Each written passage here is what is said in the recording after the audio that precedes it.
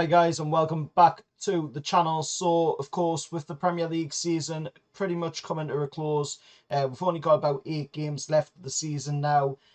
So of course the talk is swaying towards the transfers now, and to say that, of course, we are going to be reacting to an article that came out yesterday from Luke Edwards.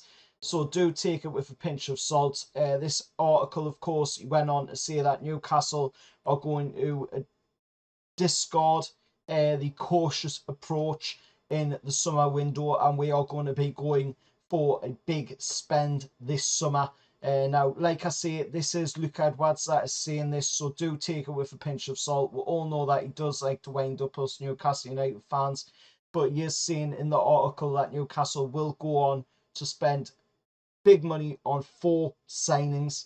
Now, he does have a list of the signings as well, so we'll talk about it in this video. And of course, if we finish in a very high place in the league as well, it will allow for more attention towards bigger named players coming to Newcastle United. So obviously, if we finish in 3rd place, which is an area that I would love to see Newcastle finish, because we have been occupying that area of the table for quite a bit of this season. And at one point we were actually 2nd in the league as well. But of course, if we finish in 3rd place, then that will allow for bigger named players to come to Newcastle United. If we get Champions League football, that will allow for bigger named players to come to Newcastle United.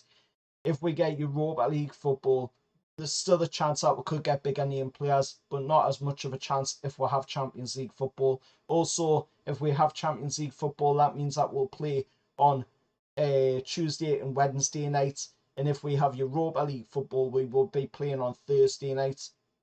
This is beneficial to, of course, the team throughout the season, playing in the Premier League and playing in other cups as well, because it allows the players to have a little bit more of a rest between games, which is good, and it allows us to, of course, keep the players fit for longer. This is something that, of course, we are going to need to look at, and this is something I'm sure that Dan Ashworth has already been looking at throughout this season, of course, and Eddie Howe has also been looking at throughout the season. The owners have been probably looking at it as well throughout the season, because this is an area that we definitely need to be addressing. We need to have the depth in the team, and we need to go out there and sign some top quality players to show up some of the areas in the team. Now, don't get us wrong, we've got a fantastic team. We've been playing absolutely amazing this season, but there is quite a few games where we drew them against teams like Bournemouth at St James's Park when we should have been winning them games, or other games where we've lost them and we should have won the games. So we definitely need to be addressing that going into the next season. Obviously, this season isn't over yet. There's still 8 games left. So looking at the players that are on the list that Luke Edwards has put down, he's got the usual culprits on there. James Maddison, Jared Bourne's in there, Declan Rice in there, of course, because Newcastle's been linked to him for a couple of windows now. Moussa Diaby's in there again, as always, and he has been for the last few windows. Harry Kane, of course, isn't on the list, but it is a player that has been rumoured to be in a move to Newcastle United. Ivan Toney again, a former player that has been at Newcastle United before, when he was a youngster, before moving off and making his name elsewhere, and of course being at Brentford right now. But there is, of course, a little bit of controversy surrounding Ivan Toney with his betting scandal. So we all know that he is going to get banned at some point. So that could be a bit of a risky move for as we could end up spending some decent money on him, coming to Newcastle United, then getting banned, and we don't want that, because then that means that we've wasted money and we'll have to go back out and buy another striker to replace that signing. Kieran Tierney again, another player that is on the list, and somebody that has been linked to it in previous windows. Calvin Phillips as well, another player that has been linked to it in previous windows. So basically, Luke Edwards is naming quite a few players that have been linked to it, and pretty much he's going for the old tactic of just pull anything out of the hat throw it and see which item sticks. That is pretty much how the journalists do it. We all know, you know, that the journalists do it like that. They just pull something out of a hat and throw it at a wall and see what sticks. And then they can, you know, come out and say that they are right. So obviously he's just named a whole bunch of players that we've already been linked to in previous windows. Some that we haven't been linked to, like Matoma and Saicedo we have been linked to, but Matoma we haven't been linked to, in my opinion. I don't think we have. But the standout names on the list for me are the two Napoli players, of course, Victor Omerson and Cavacelli.